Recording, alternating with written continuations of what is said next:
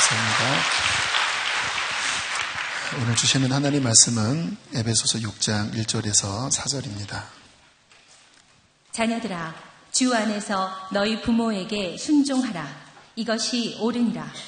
내 아버지와 어머니를 공경하라. 이것은 약속이 있는 첫 계명이니 이로써 내가 잘되고 땅에서 장수하리라. 또 아비들아, 너희 자녀를 노엽게 하지 말고 오직 주의 교훈과 훈계로 양육하라. 아멘. 진정한 신앙의 첫 출발은 살아계신 하나님을 영으로 만나는 것입니다. 그분을 만난다고 하는 것은 정말 놀라운 사건이지요. 사람이 바뀝니다. 하나님 만나는 거니까요. 저는 저희 교회가 참 좋아요. 담임 목사 중에서 자기 교회 안 좋아하는 분도 가끔 있으십니다. 근데 제가 좋은 이유는 하나님의 영이 저희 교회 안에 운행하고 계신 것이 너무 깊이 느껴집니다. 그 증거들이 사람들 안에 하나님 만나는 일들이 많이 일어나는 거예요. 지난 주간에 엔게디 카페에 갔더니 한 세 가족이 이렇게 카페 안에서 누구와 교제하고 있더라고요. 근데 전도사님이 저분 좀 인사하시면 좋겠어요. 근래에 방언을 받으시고 너무 기뻐하고 계십니다. 그래서 그분을 기쁘게 만났습니다.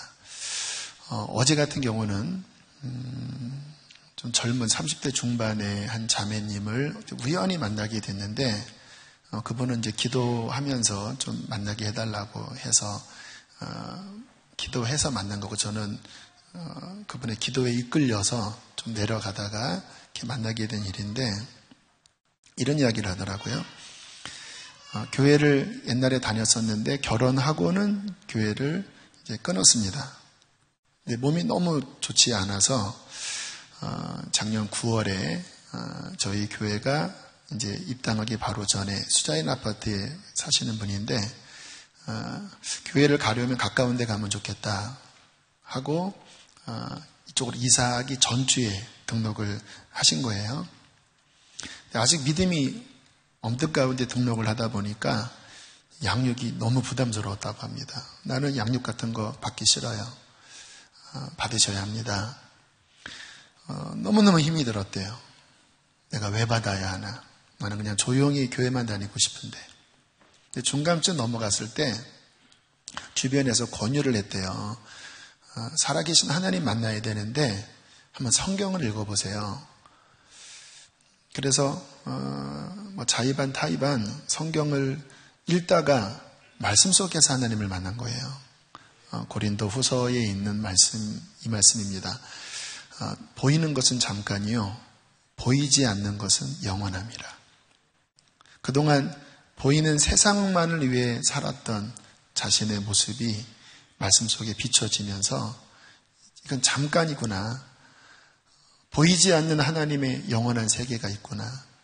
그리고는 정말 말씀 속에서 하나님을 만나고 그 영혼의 변화가 일어나기 시작한 거예요. 그러면서 아팠던 몸도 점점 회복이 되었고요. 그러다가 몇 주 전에 방언을 받고 싶더래요. 곧 일본 쪽에 하루 좀 선교를 다녀올 그런 기회가 생겨서 가려고 하는데 가기 전에 좀 방언을 받고 싶다. 그리고 차를 타고 오는데 입에 뭔가 우물우물하는 뭔가가 이렇게 막 움직이더래요. 그래서 하나님 이게 방언인가요? 그럼 오늘 성령 집회 때 이게 좀 딱 나오게 해주세요. 그리고 성령 집회 하는데 정말 방언이 막 터져 나온 거예요.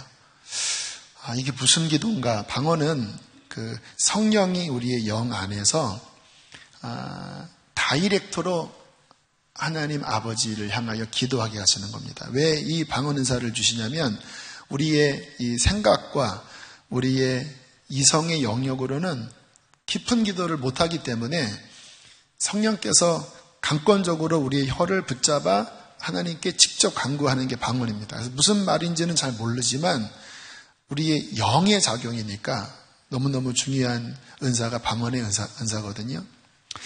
막 방언을 하는데 본인이 좀 느끼겠더래요. 아, 회개를 하고 있구나. 정통이죠. 제대로 지금 하나님 만나는 과정을 밟고 있죠. 그렇게 이제 방언도 지지난주에 받은 거예요. 아, 이제 나는 하나님을 믿는 사람이 되었구나. 그렇게 안도의 한숨을 쉬고 있는데 지난주에 집에서 기도하다가 뜻밖의 반응을 하는 자신을 보고 놀랬대요. 이것도 이제 성령님의 작용인데요. 집에서 기도하는데 갑자기 하나님 앞에 탄식하는 기도가 나오더래요. 나 이렇게 내 모든 것을 내려놓고 주님 따라가는 건 너무 부담스러워요. 나 예수님 믿느라고 내 것을 내려놓는 게 너무 싫어요. 하는 깜짝 놀라는 반응을 본 거예요. 본인은 나는 이제 하나님 믿고 하나님 따르는 사람인 줄 알았더니 정작 내 깊은 자아, 이 육신의 생각은 그것을 너무나 부담스러워하고 거부하고 있다라고 하는 것을 느낀 거예요.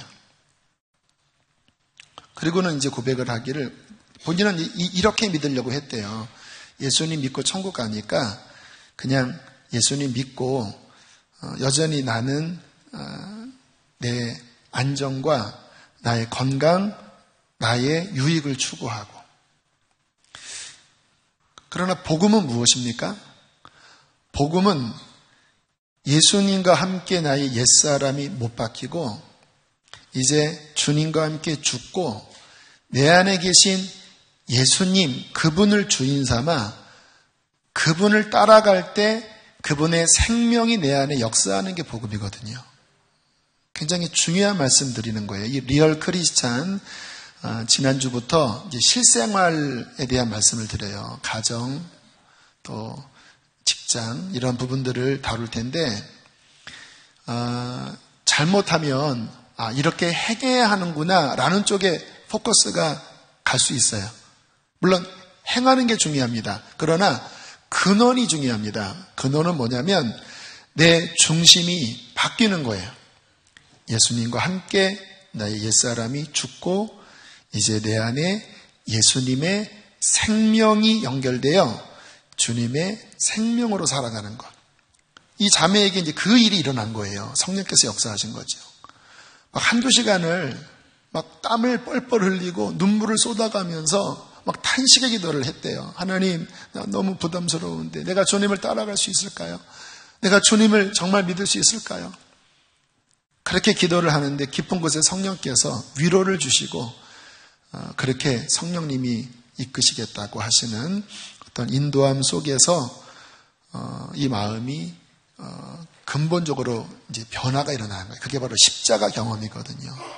십자가 경험은 두 가지 정도로 볼 수 있습니다. 하나님의 아들이 나를 위해 죽으신 그 사랑을 경험하고 감격하는 것, 제가 고1 때 경험한. 근데 십자가의 또 하나의 경험은 이제 나를 내려놓고 내 안에 근원이 바뀌는 것. 당신은 나의 주인입니다. 이제 내가 주의 십자가를 지고 살아갑니다. 이게 십자가 경험인데 이 자매 안에 이게 일어난 거예요. 너무너무 기쁘더라고요. 또 한 분이 복음을 통하여 구원을 받는구나. 막 행복함 가운데 제가 제 사무실로 돌아오게 되었습니다. 제가 왜 이 예화를 드리냐면 우리의 신앙생활에 이 부분이 분명하면 그 사람은 변화됩니다. 왜냐? 근본이 바뀌어버렸으니까요. 참된 신앙은 그냥 교회를 나왔더라가 아닙니다. 그냥 성경을 배웠더라가 아니에요. 진정한 신앙은 거듭나는 건데, 거듭난다라고 하는 말은 뭐냐면 이제 물과 성령으로 새롭게 태어나서 나의 인생의 뿌리가 이제는 내 자아가 아니라 예수님께 뿌리를 내린 것입니다. 그래서 이제 나의 생명력은, 내 인생의 진액은 세상이 아니라 하늘로부터, 예수님께로부터 진액이 오는 거예요. 그 진액이 내 안에 들어오면 그 예수님의 진액으로 말미암아 열매를 맺기 시작합니다. 어떤 열매? 예수님의 열매. 마태복음 5장에 유명한 말씀이 나오죠. 13절 14절 함께 읽겠습니다. 시작.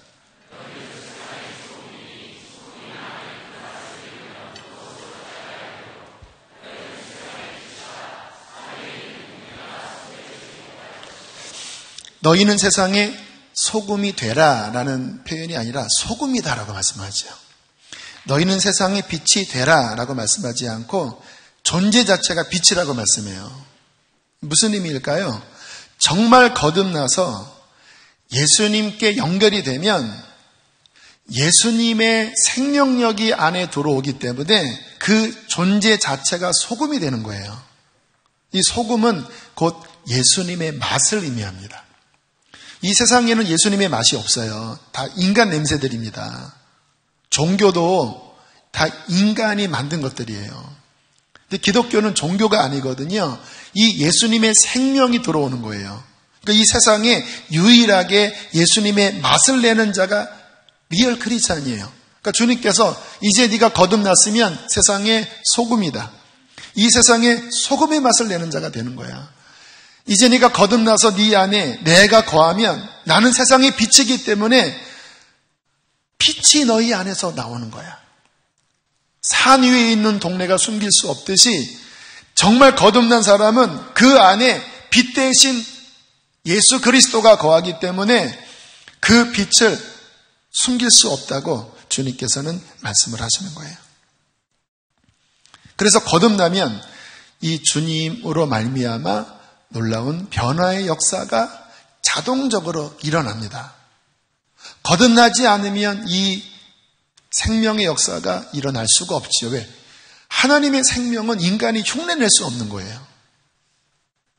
어떻게 하나님의 생명을 흉내냅니까? 인간이 만든 것들은 다 모조품들인데. 거듭나면 흉내내는 게 아니라 하늘의 생명이 그 생명력을 나타내요. 제가 예수님을 만나 주님의 생명이 들어왔을 때 제일 처음 들었던 마음이 부모님 구원이었습니다. 너무너무 부모님이 불쌍하게 느껴지는 거예요. 제가 막내 아들인데 또 저희 가정은 아무튼 깨어진 가정임에도 불구하고 구원받고 나니까 부모님 구원이 그렇게 마음속에 안타깝더라고요. 그래서 눈물로 기도하고 금식도 하고 하나님 지옥 가면 안 됩니다. 하나님 나 육신의 부모님인데 하나님 구원시켜달라고 이런 마음이 들더라고요. 왜 들었을까요? 주님의 생명이 제 안에서 움직이시는 거예요. 그렇게 기도하니까 주님이 역사하기 시작했어요. 아직 저희 어머님이 예수님을 믿으시기 전에 몸이 편찮으시잖아요. 그러면 제가 담대하게 기도를 해드리겠다고 이 말씀을 드렸습니다. 그리고 어머님을 위해서 기도하면 정말 병이 나으셨어요.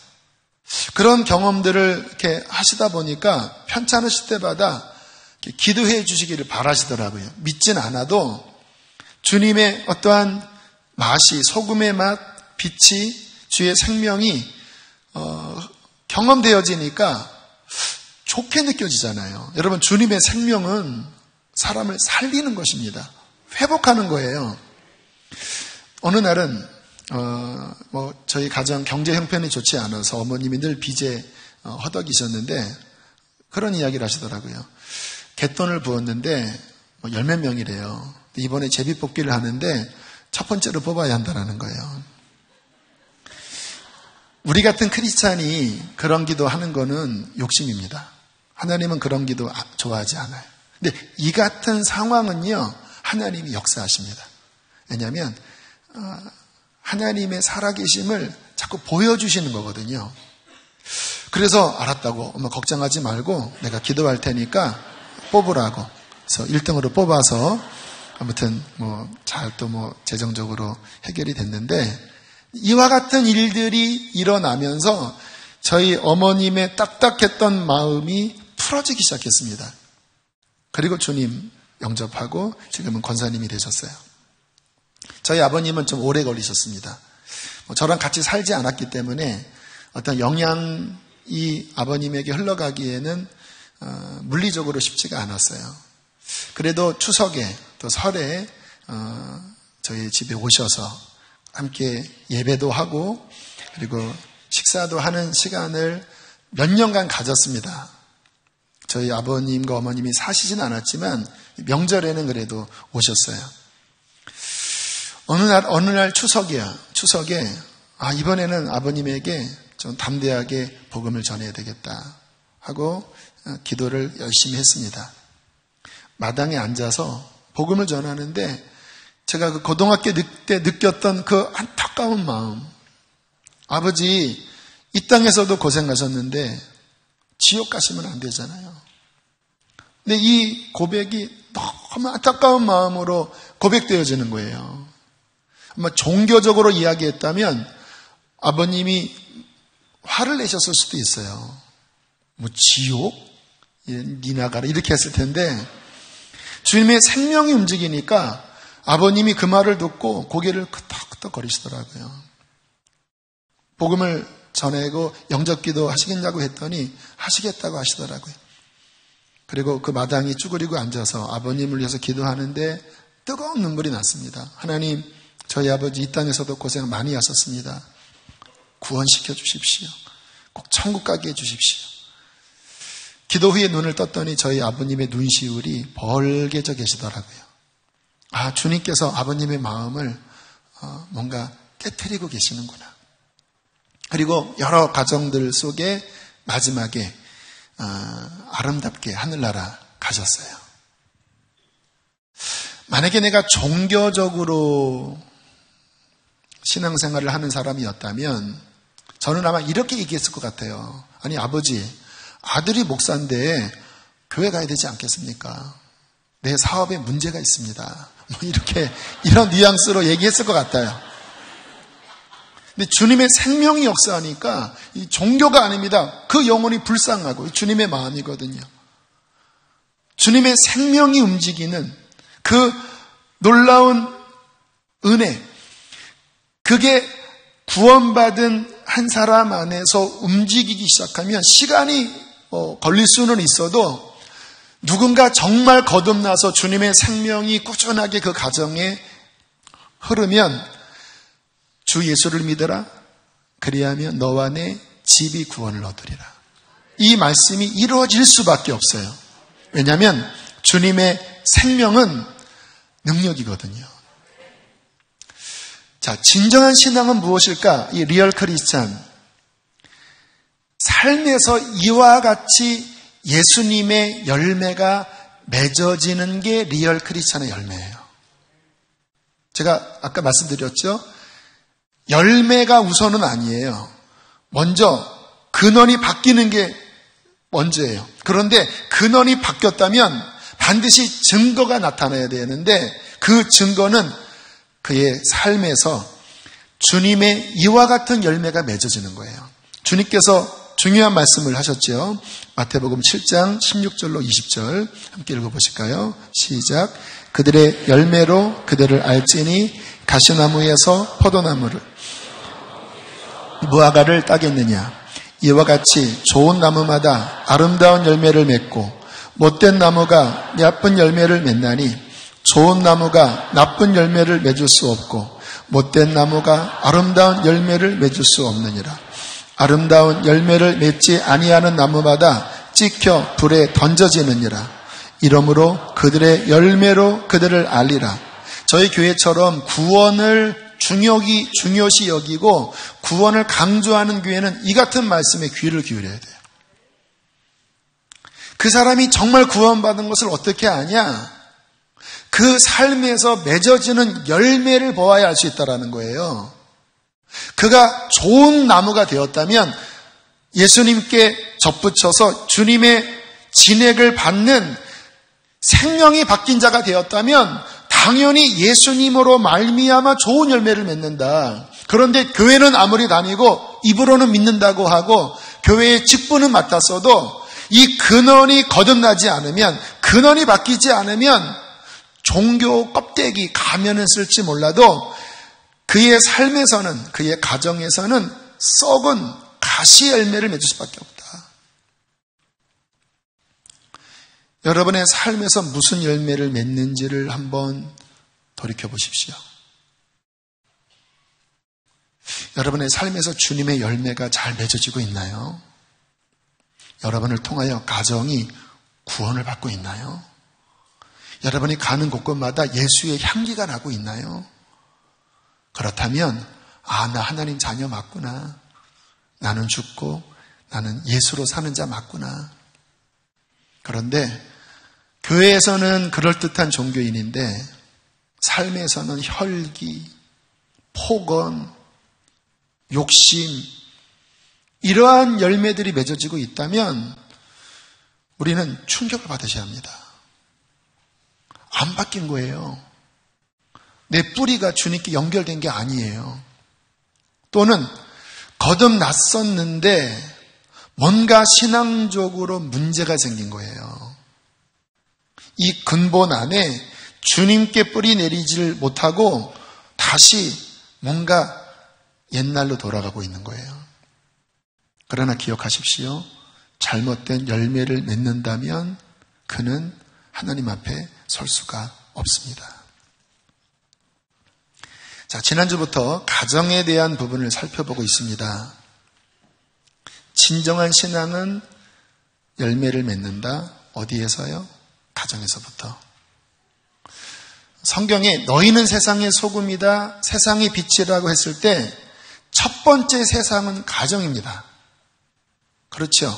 내가 살고 있는 가장 첫 출발이기도 하고 나의 삶의 가장 첫 번째 되는 순위가 가정이잖아요. 정말 거듭난 사람은 자연스럽게 가정 안에서 주님의 생명이 흘러요.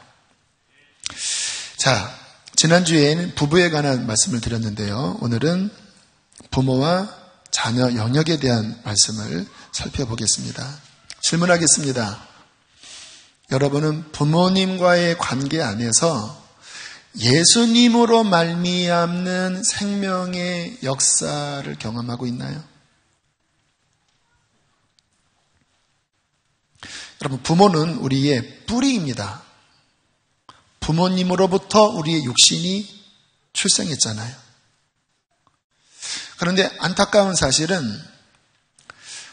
우리의 뿌리인 부모님과의 관계 안에서 실은 우리의 인생의 모든 문제가 시작돼요. 물론 좋은 부모님 아래서 자라신 분도 계십니다. 참 그분들은 복된 분들이에요. 그러나 상담을 하다 보면, 많은 분들을 접하다 보면 가장 인생을 고통스럽게 하는 그 원조가 부모님과의 관계에 있습니다. 그 뿌리가 상에 있는 거예요. 어떤 가정이 부부싸움이 잦았다고 합니다. 고등학생 된 아들이 부모님에게 이렇게 하소연을 하더래요. 엄마 아빠가 이 가정의 뿌리고 내가 가지인데 엄마 아빠가 맨날 싸우니까 가지인 내가 너무 힘들어. 가지가 흔들려. 그 아들의 하소연에 어머니가 큰 충격을 받았다고 그래요. 근데 그와 같은 일이 실은 우리의 경험입니다. 뿌리인 부모님과의 관계 안에서 건강치 못한 원가가 흘러들어오고 거기서 받은 어떠한 상처로 인하여 쓴뿌리가 형성이 되었고, 그로 말미암아 내 인생이 병들고 또는 그 아픔이 또 나의 가정 안에, 내 자녀 안에 대물림되는 이러한 일들이 너무나 많이 벌어지고 있다라는 거예요. 여러분, 이 부모님과 우리와의 관계는 성경을 연구해 보면요, 이 복과 저주가 그 부모님과의 관계 안에서 연결된다고 성경은 나와요. 출애굽기 20장 5절 6절 함께 읽겠습니다. 시작.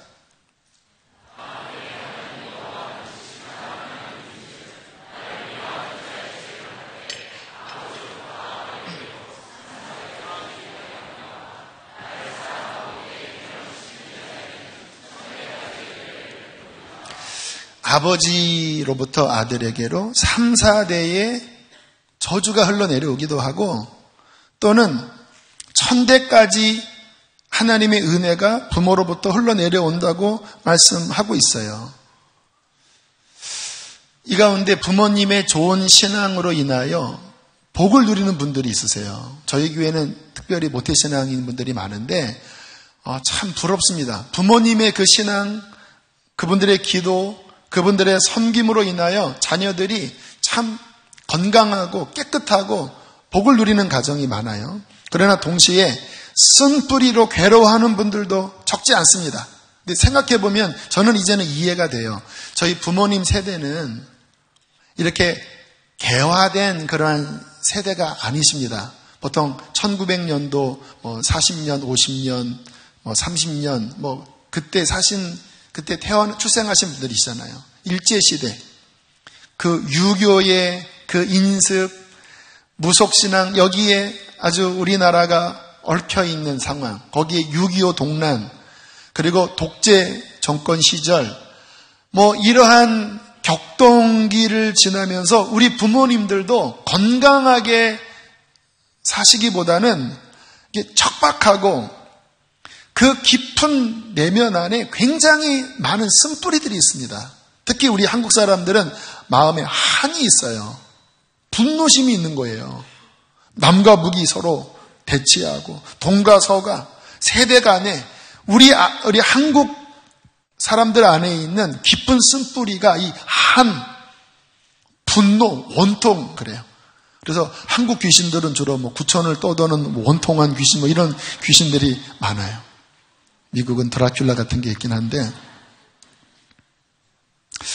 그러다 보니까 우리 지금 여기 계신 40대, 50대, 60대를 포함해서 그 마음 깊은 곳에 그러한 쓴뿌리가 대물림되어 마음에 좋지 않은 영향력으로 자리 잡고 있고 그것이 내 인격에 영향을 주어 또다시 내 자녀들에게 그러한 것들이 흘러들어가는 이 대물림이 굉장히 많이 있다라는 거예요.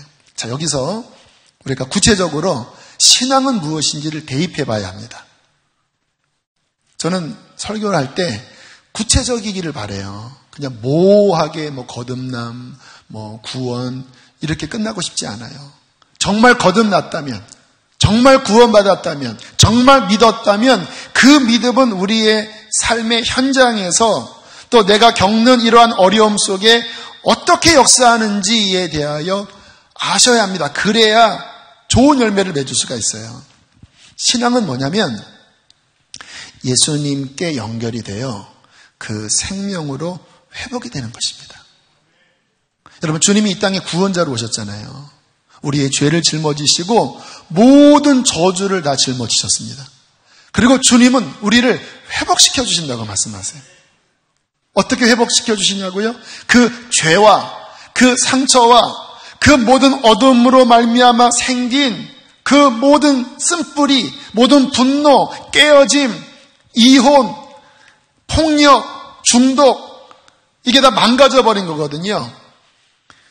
근데 주님의 생명이 그 안에 흐르면요, 주님의 보혈이 그 모든 저주를 씻어내는 거예요. 그래서 복음이 복음입니다.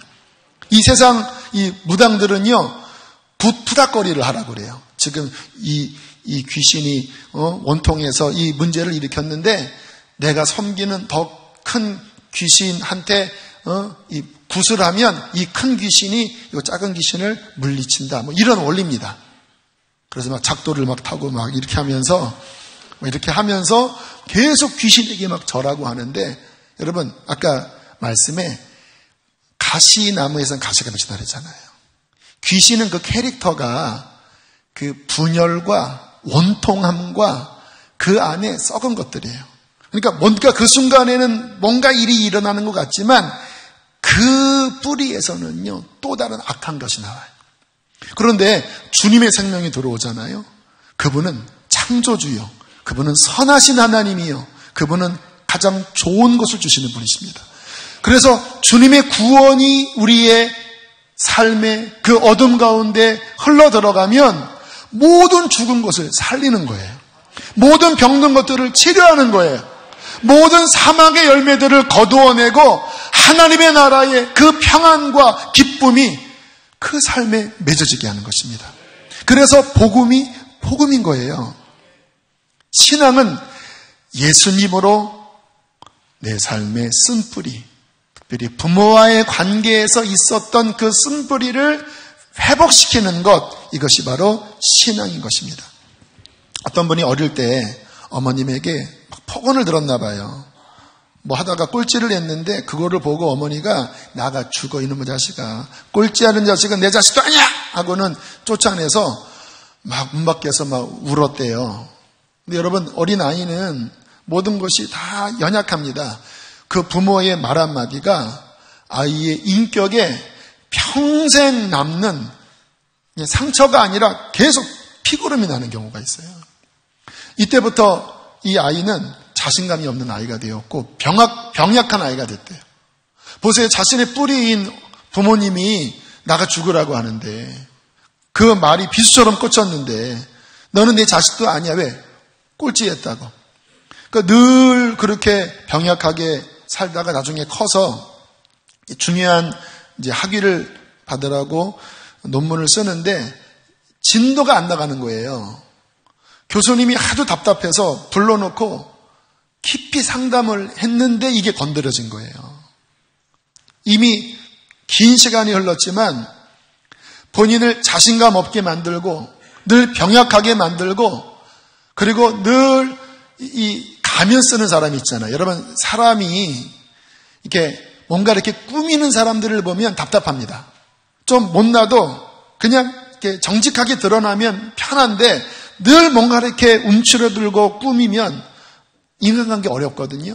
주로 상처받은 사람이 그 자존감이 낮아지면서 늘 어색한 가면을 써요. 그러니까 문제가 있는 거죠. 근데 이분이 아마 그랬나 봐요.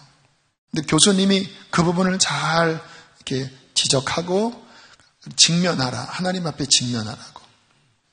그리고 막 울었답니다. 어릴 때의 일인데 여전히 그곳에서 고름이 흐르고 있었대요. 그렇게 기도하다가 그래, 어머님이 나를 미워해서 그 말을 한 게 아니라 나를 너무나 사랑하시는데 교양이 없기 때문에 나를 사랑한다는 표현을 그렇게 표현한 것뿐이야. 어머니, 이제 이해합니다. 그리고 내가 받은 상처 용서합니다. 그랬더니 마음이 시원하더래. 그리고 어머니에게 그 내용을 편지로 보내고 그리고 어머님으로부터 미안하다고 하는 답장을 받고는 이분이 회복이 된 거예요. 순식간에 몸무게가 늘 허약했는데 10kg가 늘고 그리고 그 막혔던 그 논문 과정이 뚫어지면서 그분이 지금은 가정사역자, 내적 치유사역자, 교수님으로 지금은 그렇게 봉사하는 분이 되었어요. 정태기 박사님이십니다. 여러분, 우리의 삶에 이와 같은 좋지 않은 쓴뿌리가 내 인격에, 나의 인생에 막힌 담이 되어 앞으로 못 나가게 할 때 신앙은 뭐냐면요, 주님의 사랑과 주님의 용서와 주님의 생명력으로 그러한 것들을 회복시키는 것입니다. 이 가운데 그러한 부모님과의 뿌리의 관계에 아직도 해결되지 못하는 분, 아파하는 분이 있다면 나이가 드셔도 상관없어요. 꼭 예수님의 생명 안에서 그 부분이 온전케 되기를 축복합니다. 그리해야 하나님의 아름다운 일들이 우리의 삶에서 열매 맺을 수 있는 거예요. 어떻게 해야 될까요? 주님의 보혈이 그것을 덮이게 하십시오. 주님의 보혈은 우리의 모든 저주를 가져가셨습니다. 주님의 생명이 그 영역에 흐르게 하세요. 많은 분들이 좀 디테일하게 말씀을 드리는 거예요. 구원은 받았지만 이 주님의 생명이 이 교회 안에서만 흐르게 해요. 설교 들을 때만 흐르게 해요. 근데 어떻게 해야 되냐면 여러분 안에 그 문제가 있는 그 영역에 주의 생명이 흐르도록 그 통로를 자꾸 이렇게 글로 연결시켜야 합니다. 그 박사님이 학위 준비하다가 그전에도 주님의 생명이 있었는데 닫아놓고 있었거든요. 근데 그 부분을 열어서 흐르게 하자 치유된 거잖아요. 여러분 안에 뭔가 불편한 마음, 폭력을 받은 분은 계속 폭력이 나가고요. 뭔가 좋지 않은 영향을 받으면 계속 그게 나가거든요. 근데 구원받은 주님의 생명이 그 뿌리 안에 흐르도록 여러분들은 신앙 안에서 적용시켜야 돼요. 하나님, 내가 이러한 부분 상처를 받았습니다. 주님, 내가 이 영역을 주님의 용서로 용서합니다. 내가 이 부분을 주님의 사랑으로 주님 풉니다. 주님, 주의 생명이 흐르게 하여 주십시오. 그렇게 주의 생명과 연결시키면 주님의 생명은 모든 저주와 모든 어둠을 몰아내는 하늘의 생명이 됩니다. 저희 가정이 이렇게 아픔 가운데서 제 뿌리가 병들어 있었잖아요. 제 아내도 실은 저보다 더 큰 어려움 가운데 자라났어요. 그래서 어릴 때 자주 죽음을 생각했다고 하더라고요. 갑돌이와 갑순이가 만났습니다. 저는 30살, 제 아내는 23살. 근데 가만히 보면 상처 입은 사람이 상처 입은 사람을 서로 끌린대요. 왜냐하면 코드가 같기 때문에. 근데 그렇게 만나면 처음에는 좋은데 시간이 지나면 그 상처가 서로 맞부딪히면서 더 큰 문제를 일으켜요. 많은 가정이 실은 그래서 힘듭니다. 그러니까 저희 가정도 실은 을돌이와 을순이가 만나서 그 상처 속에서 만났으면 아마 거의 95%는 깨어지든지 불행한 가정이 되었을 거예요. 저희 가정은 그렇지 않아요. 너무 행복해요. 갈수록 행복해요. 왜냐하면 저도 주님 만나고 아내도 주님 만났잖아요. 주님이 우리를 불쌍히 여기셨던 것 같아요. 그리고 감사하게 종교적인 신앙이 아니라 그 생명을 인정하는 그 믿음의 삶을 계속 추구해 왔잖아요. 그러다 보니까 아픔이 있었지만 그때마다 주님의 생명이 흐르게 하면서 제가 치유되고 제 아내도 지금도 많이 아파요, 마음이. 근데 그때마다 주님의 생명이 흐르게 하면서 치유가 되고 그 치유가 함께 만나면서 오히려 더 아름다운 회복의 행복을 주는 거예요. 건강한 사람이 건강한 것은 안 행복한데 아프다가 건강하면 행복합니다. 저는 더 행복해요. 아팠기 때문에, 우울했기 때문에 주님 안에서 주시는 그 회복이 얼마나 큰 행복인지를 저는 날마다 느낍니다. 그래서 저의 영성일기 제목, 영성일기 내용에는 행복합니다, 행복합니다, 행복합니다라는 고백이 연발해요. 왜냐하면 주님의 생명은 저를 행복하게 해요. 저의 가정을 행복하게 해요. 물론 여전히 그 쓴뿌리가 영향을 주기도 해요. 제 아내도 저도. 그러나 저는 답을 압니다. 여러분, 답을 안다라고 하는 건 얼마나 큰 축복입니까? 주님의 생명이 그 병든 부분에 더 충만하게 역사하면 따라합시다. 죄가 더한 곳에 은혜가 더하더라. 상처가 더한 곳에 치유가 더하더라. 할렐루야. 그래서 상처 입은 치유자가 나오는 거예요. 주님의 생명이 흐르게 하면 오히려 더 큰 은혜를 그 인생에 누릴 수가 있는 것입니다. 그렇게 회복되기를 축복합니다. 또 한 부분 있는데 시간상 넘어가고 마지막 부분을 다룰게요. 자녀와의 관계입니다. 이게 다 연결되는 거거든요. 부모에서 내가 자녀가 되는데 뿌리가 되지요. 그럼 내가 또 뿌리가 됩니다. 누구에게? 내 자녀에게. 이게 이렇게 이제 고리로 연결되어 있는데 부모님과의 관계도 쉽지 않은 것처럼 자녀와의 관계도 역시 쉽지가 않아요. 근데 주의할 점이 있습니다. 내가 받은 쓴뿌리가 자녀들에게 전달되지 않도록 주의하셔야 돼요.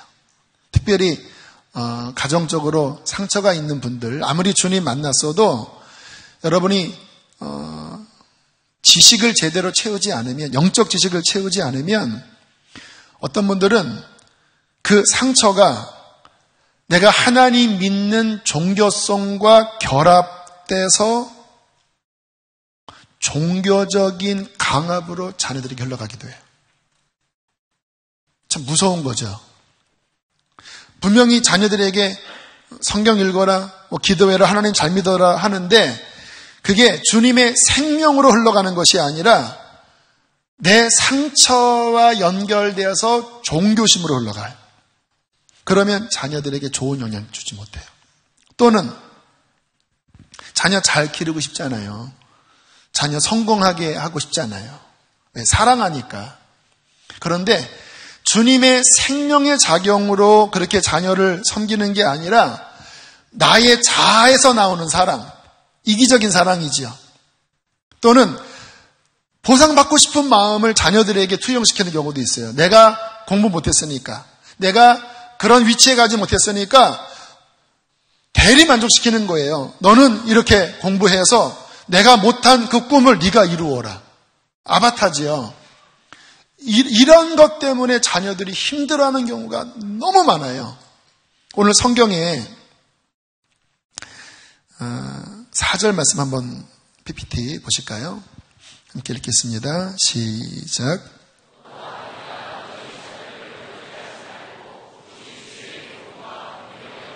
왜 바울이 그리스도인들에게 자녀를 노엽게 하지 말라고 했는지 아세요? 사랑하는데 뭔가 신앙생활을 강조하는데 이게 육신의 종교성, 육신의 사랑의 그 뿌리에서부터 하는 거예요. 여러분, 육신에서 나오는 것은 못 살립니다. 억압해요. 왜냐하면 그 출처 자체가 그런 거예요. 육신 안에는 선한 열매가 맺어지지 않아요. 좀 조급하고 그리고 뭔가 강압하고 그 목적은 하나님의 영광이 아니라 이기적이고 그러니까 자녀들이 그 속에서 공부하라, 성경 읽어라, 교회 열심히 다녀라 하는데 이게 더 튀기는 거예요. 화가 나는 거예요.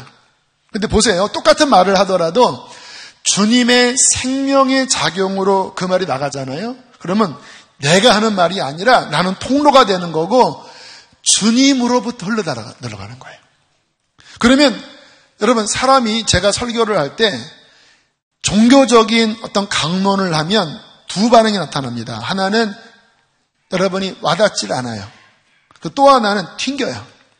그런데 제가 예수님의 생명력으로 전하면요 회개하라고 해도요 그것이 여러분 안에 감동을 줍니다.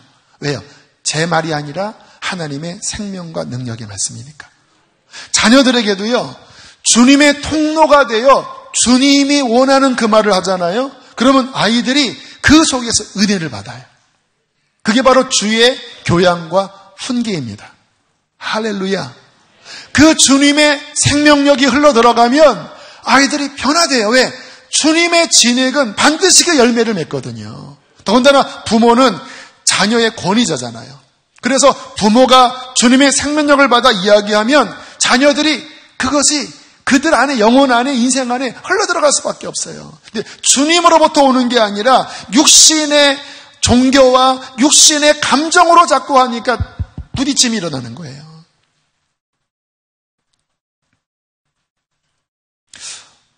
근래에 들은 이야기입니다. 하나밖에 없는 아들을 잘 교육시키려고 아마 중학교 때인가 어떤 이제 그런 대안학교에 보냈대요. 근데 지금은 그 아이가 방황하고 있습니다. 이제 대학생이 됐는데 방황하고 있는데 얼마 전에 그러더래요. 엄마, 나 버렸잖아. 너무 충격을 받은 거예요. 내가 너를 언제 버렸어? 너 지금까지 교육시키느라고 집안채를 투자하면서 너를 길러서 내가 언제 버렸어? 엄마, 나 버렸어. 그리고 막 방황해요. 그러니까 제가 이렇게 추정해 보니까 걔는 가고 싶지 않았던 거예요. 그냥 엄마 아빠 사랑 속에서 크고 싶었던 거예요. 걔의 캐릭터가 그런 거겠죠. 근데 주님의 마음으로 아마 학교를 보낸 게 아니었던 것 같아요. 그러니까 결국은 버림받은 마음, 홀로 있는 외로움, 그런 것 속에서 아마 상처가 깊이 생긴 것 같아요. 물론 기도하는 가정이니까 회복될 줄로 믿는데 참 이와 같은 일들이 보면 안타까워요. 여러분, 자녀가 주님의 생명을 통하여 변화받으면요 어떤 일이 벌어지는지 아세요? 제 경험을 이야기할게요. 물론 저는 부모님 통해서 구원받은 건 아니지만 어쨌든 그분 만나서 그분의 생명이 들어오니까 일단 회복이 되더라고요. 그리고 나를 창조하신 그 하나님의 창조의 원형, 여러분, 우리는 하나님의 작품들입니다. 그래서 우리 존재 자체는 아름다워요. 주님께서 세상을 만드시고 뭐라고 말씀하셨지요? 감탄하셨지요? 보기에 좋았더라. 마지막 인간 만들어 놓고는 뭐라고 하셨지요? 심히 좋았더라. 우리는 존재 자체로 영광스럽고 존귀한 존재예요. 근데 죄로 인하여 타락하면서 이게 병들고 자존감이 낮아지고 막 가면 쓴 거거든요. 주님 만나면 그 창조의 원형이 회복되더라고요. 저는 중고등학교 때 자존감이 너무 낮아서 자존심이 센 사람이었어요. 누가 좀 자존심 건들면 속에서 발끈했습니다. 왜? 자존감이 낮으니까. 왜 자존감이 낮습니까? 내 존재 자체가 부끄러운 거예요. 부모님 헤어지고 나는 가난하고 똑똑하지도 못하고 내가 뭐를 살아야 되냐. 내 존재 자체의 정체성이 이게 말이 아닌 거예요. 주님 만나고 주님이 내가 어떤 존재인지를 보여주시는 거예요. 내가 세상을 만들기 전부터 너를 알았고 너는 나의 계획 속에 있는 자였고 내가 너를 사랑하고 나의 아들을 주기까지 너를 사랑하고 나는 너와 함께 있을 것이며 내가 너를 존귀 여긴다. 이렇게 하나님이 나를 원래 창조하신 그 원형을 보여주시는데요. 이제는 저는 나의 어떠한 외적인 가정 형편, 외적인 이런 거와 별로 상관없이 그냥 행복해요. 여러분, 자녀들이 그렇게 커야 자녀 양육 잘하는 거 아닙니까? 꼭 좋은 대학 가고 뭔가 사회적인 뭔가 이게 인간적인 생각이잖아요. 하나님 만나서 자신의 존재의 이유를 알고 존재 자체가 하나님 안에서 존귀한 것을 알 때 아이가 행복해. 인생이 행복하잖아요. 또 하나 주님 만나잖아요. 데스티니가 깨달았습니다. 데스티니는 뭐냐면 하나님이 그 인생을 세상에 보내실 때 이미 어떠한 존재로 어떠한 사명으로 살도록 하나님이 계획하신 게 데스티니예요. 이거를 발견할 때 흥분이 됩니다. 그 길을 걸어갈 때 행복해요. 할렐루야. 근데 이게 언제 발견되냐? 주님 만날 때, 주님의 생명이 흘러 들어올 때 그 생명은 그 인생을 창조의 원형으로 회복하고 그 인생을 하나님의 계획 속에 세우는 거예요. 그게 우리의 자녀 양육을 잘하는 거잖아요. 아비들아, 너희 자녀를 화나게 만들지 말아라. 상처를 주지 말아라. 오직 주의 교훈과 훈계, 주의 생명력으로 양육을 하라. 자, 한 간증을 마지막으로 듣고 우리 기도하겠습니다. 작년 12월 3일에 이 자리에서 간증한 한 집사님의 간증입니다. 어린 시절부터 교회에 다녔기 때문에 예수님을 당연히 믿는다 생각했습니다. 하지만 머리로는 이해되어지는 예수님의 십자가가 가슴으로 믿어지는 것 같지 않았습니다. 이런 신앙으로 살아온 저에게 강대영 목사님의 말씀은 늘 걸림이었습니다.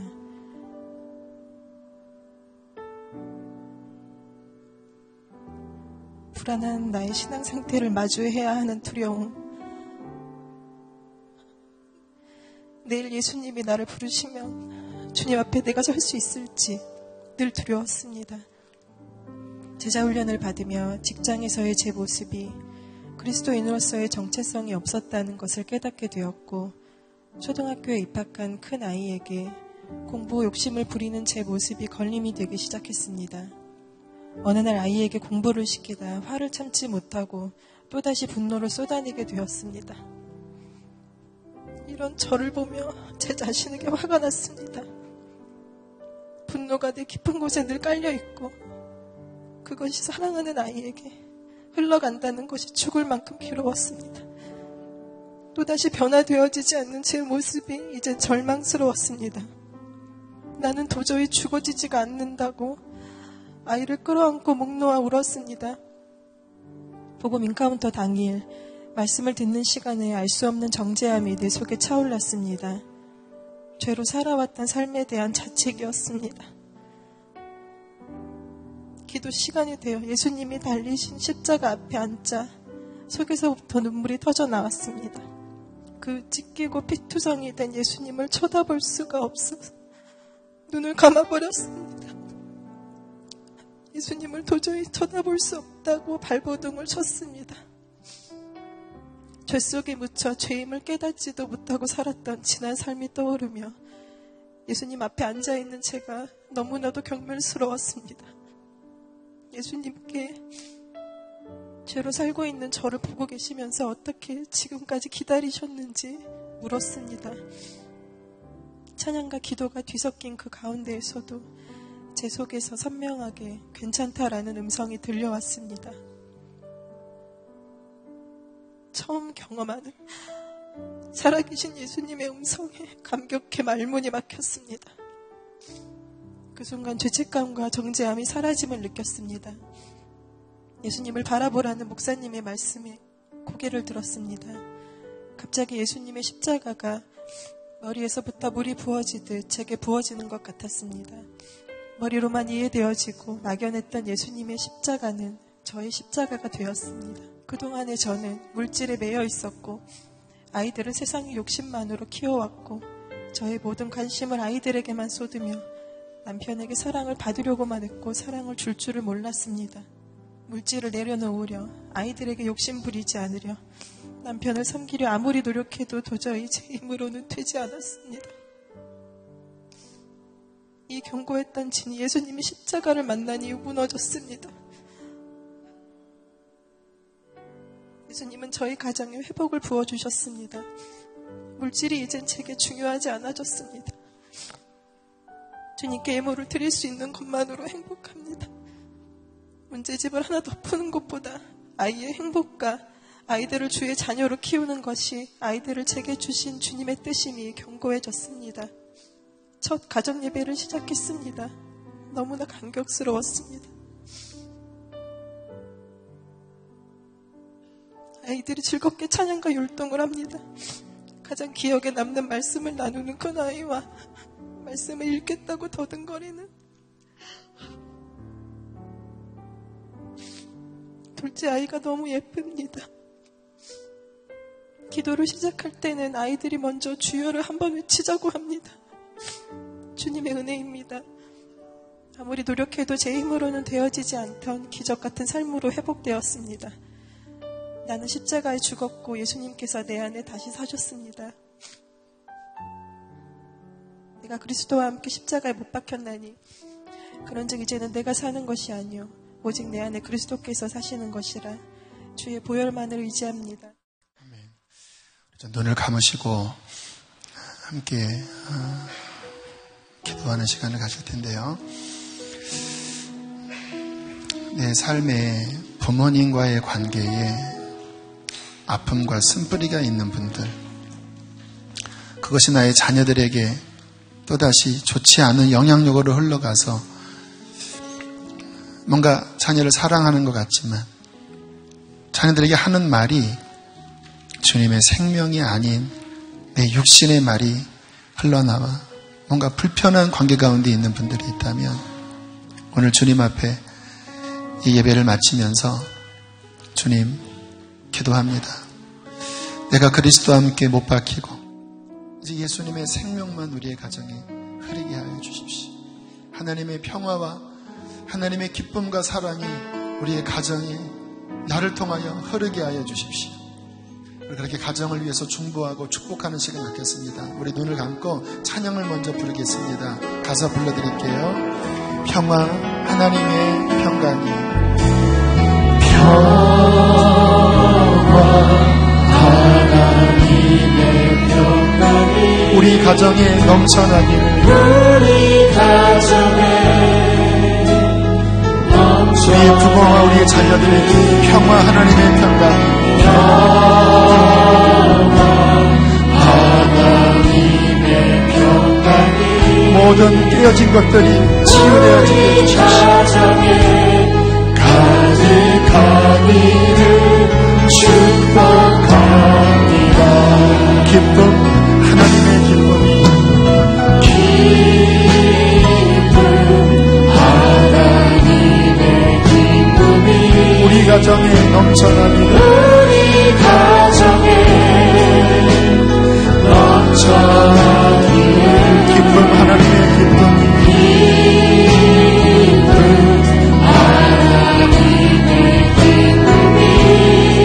우리 가정에 가득하기를,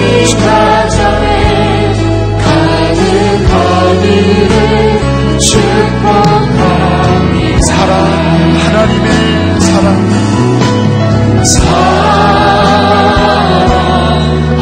하나님의 사랑이 우리 가정에 넘쳐나기를, 우리 가정에 넘쳐나기를, 사랑, 하나님의 사랑, 하나님의 사랑이 우리 가정에 가득하기를 축복합니다. 이 시간 기도할 때 혹시 부모님이 돌아가신 분도 계시고 또 생존하시는 분도 계실 텐데 용서해야 될 상황이라면 기도 가운데 주님 용서합니다. 이 모든 영역에 주의 보혈과 생명이 흐르게 해주십시오.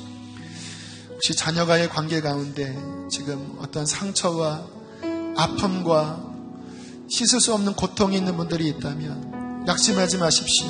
주님의 생명은 다시 시작하게 하실 것이고 다시 일으켜 주실 것입니다. 주님의 생명이 흐르게 하여 주십시오. 그것이 나를 통하여 흐르게 하여 주십시오. 우리 주여 한번 부르시고 기도하시겠습니다. 주여,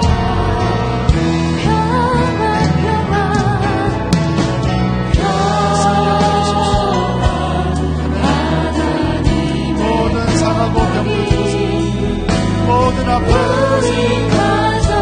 주님의 용서와 주님의 긍휼과 주님의 자비와 사랑을 하나님, 우리의 뿌리 안에 아픔들이 있습니다. 하나님, 상처들이 있습니다. 주님 앞에 올려드립니다. 주님 보혈로 덮어주십시오. 주님 보혈로 씻어주십시오. 예수의 피가 흐르게 하여 주십시오. 주님의 생명을 흐르게 하여 주십시오. 부모님을 용서하세요. 용서한다는 기도를 하세요. 아버지 씻어주시옵소서. 씻어주시옵소서. 씻어주시옵소서. 하나님, 우리의 자녀와의 관계 가운데 하나님, 나의 육신과 주님 나의 자아의 아버지 뿌리로 자녀들을 대한 것들을 회개하며 자녀들에게 주의 교양과 훈련을 약속하게 하여 주시고 우리 가정 가운데 하나님의 평화와 하나님의 기쁨과 하나님의 사랑이 아버지 기다려 주십시오. 하나님, 주님 간절히 기도합니다. 내가 그리스도와 함께 십자가에 못 박혔다. 그런 적 이제는 내가 사는 것이 아니요 오직 내 안에 그리스도께서 사시고 하나님 회복하여 주십시오. 회복하여 주십시오. 축복합니다. 하나님, 사랑하는 성도들의 영혼과 가정을 축복합니다. 모든 아파하는 것들, 모든 병들고 깨어져 있는 곳에 주님의 보혈이 흐르게 하여 주십시오. 모든 것을 씻어주시고 회복하여 주십시오. 주님, 이제 우리의 뿌리는 주님의 생명입니다. 주님의 생명이 모든 병든 곳에 흘러 살아나고 회복되고 하늘의 기쁨과 하늘의 평화와 하늘의 사랑으로 흐르게 하여 주십시오. 주님, 부모에게 받은 상처를 용서합니다. 하나님, 그 상처가 대물림되지 않도록 하나님, 내 대에서 끊어지게 하여 주시고 우리의 자녀들에게 주님의 교양과 훈계, 주님의 생명만 흐르게 하여 주십시오. 내 자아의 욕심과 종교성으로 대한 것이 있다면 하나님 회개하오니 주여 그 모든 가시를 거두어 주시고 예수님으로 인한 회복과 화복이 우리의 가정 안에 흐르게 하여 주십시오. 남편과 아내와의 관계 안에도 상처가 작용하는 것이 아니라 주의 생명만 흐르게 하여 주시옵소서.